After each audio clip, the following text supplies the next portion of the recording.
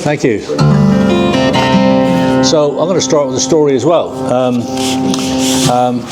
There was a Sufi sage and fool called Nasruddin, and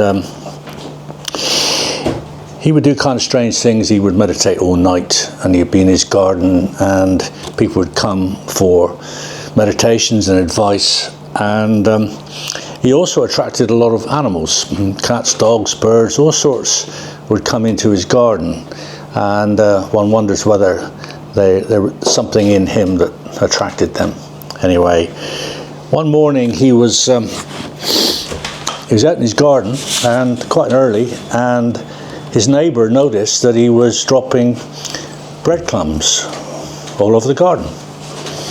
And his neighbour, taking into account the fact that sometimes his behaviour was a bit on the strange side, asked him and said, why are you dropping breadcrumbs in your garden? And he said to keep the tigers away.